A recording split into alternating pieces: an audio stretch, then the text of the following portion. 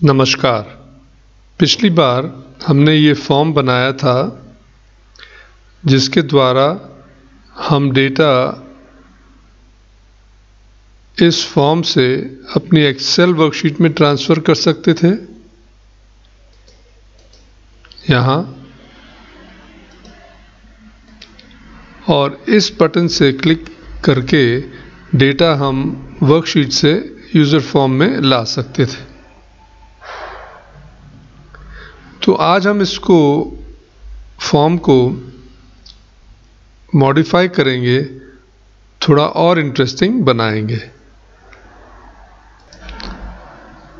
अभी हम यहाँ ऐसे क्लिक करके पूरे को नीचे ले जाएंगे, सारे कंट्रोल्स को बाहर क्लिक करेंगे और यहाँ हम एक लेबल रखेंगे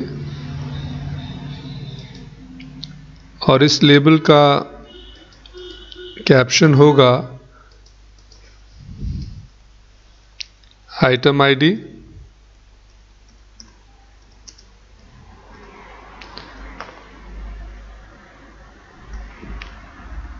और इस लेबल का नाम हम लेबल 1 ही रहने देंगे। बाहर क्लिक करेंगे और फिर हम एक कॉम्बो बॉक्स ले लेंगे।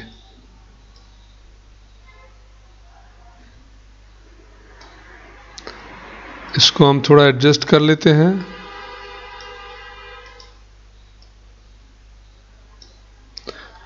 और इस बटन को हम यहाँ ले जाते हैं, इधर इसके साथ में थोड़ा एडजस्ट कर लेते हैं।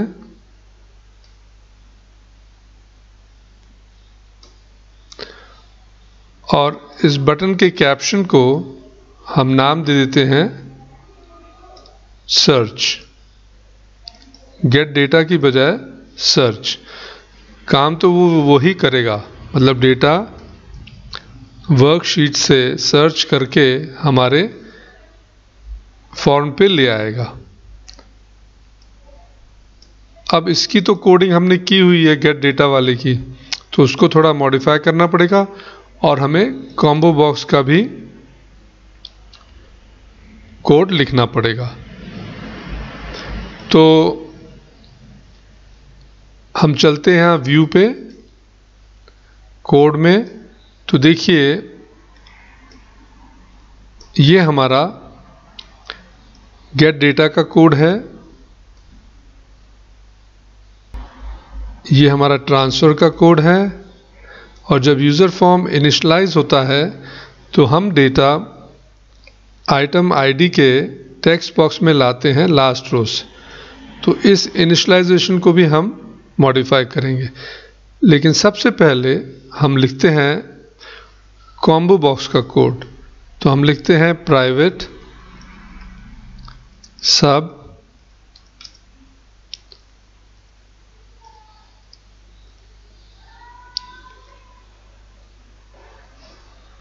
Combo box fill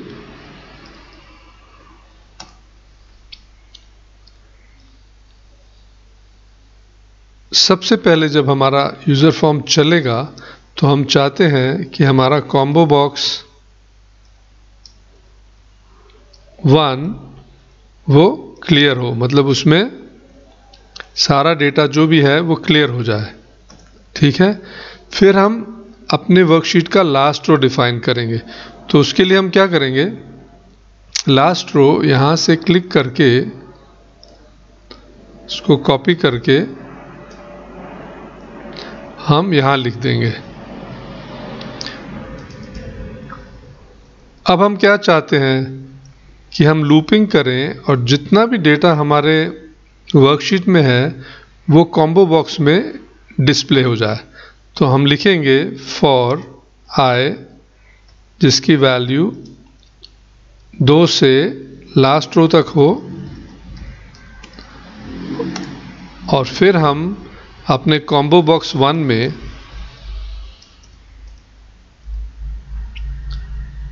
add item करेंगे और वो आएगी हमारे वर्कशीट से।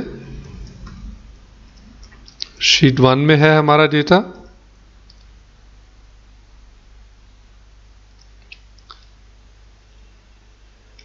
Dot cells, cells property use कर रहे हैं I, 1 डॉट वैल्यू। तो ये जो आइटम्स हमारे वर्कशीट में हैं वो कॉम्बो बॉक्स में ऐड हो जाएंगे। फिर हम बोलेंगे नेक्स्ट I और एंड सब, तो नीचे आ ही गया जब हमने ये प्राइवेट सब कॉम्बो बॉक्स लिखा। यह कोड लिखने के बाद हम अपने यूज़र फॉर्म इनिशियलाइज को थोड़ा सा मॉडिफाई करेंगे। जैसे कि हम इसको सारे को डिलीट कर देंगे, क्योंकि अब नहीं चाहते हम कि डेटा हमारे आइटम आईडी टेक्स्ट बॉक्स में आए। हम चाहते हैं कि हमारा सारा डेटा अब कॉम्बो बॉक्स में आए।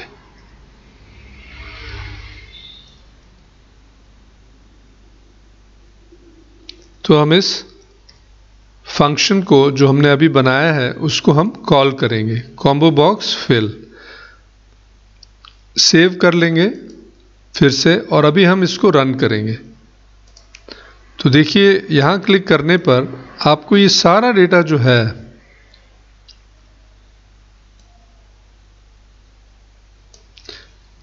यहां नजर आएगा। देखिए 11 तक। अब हमारा नेक्स्ट लक्ष्य क्या होगा, अगला लक्ष्य क्या होगा? जैसे हम इस पर क्लिक करते हैं तो सबसे पहले जो भी डेटा यहाँ हो क्लियर हो जाए, और जब हम सर्च पे क्लिक करेंगे तो जिस डेटा पे हमने यहाँ आइटम आईडी दिया है, सर्च करते ही डेटा यहाँ आ जाए। तो ये हमारा लक्ष्य है। तो क्लोज करते हैं। तो अब हम इस पर डबल क्लिक करेंगे सर्च बटन पे। तो CMD गेट डेटा में क्लिक करने पर अब हम क्या करेंगे, अब हम यहाँ से अब हम कंपेयर करेंगे इस डेटा को अपने कॉम्बो बॉक्स के डेटा से। ठीक है, तो देखिए इसको अभी हम डिलीट कर देंगे यहाँ से, क्योंकि हम डेटा को कॉम्बो बॉक्स से सर्च करेंगे। ठीक है, तो हम बोलेंगे कॉम्बो बॉक्स 1 डॉट टेक्स्ट।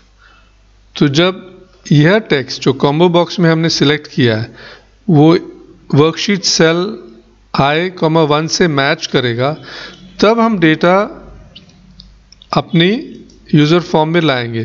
तो ये तो पहले ही हमने लिखा हुआ है, तो अभी हम यहाँ लिखेंगे text item ID dot text. तो ये अब कहाँ से आएगा, सेल्स I, 1, मतलब I रो और कॉलम 1 से।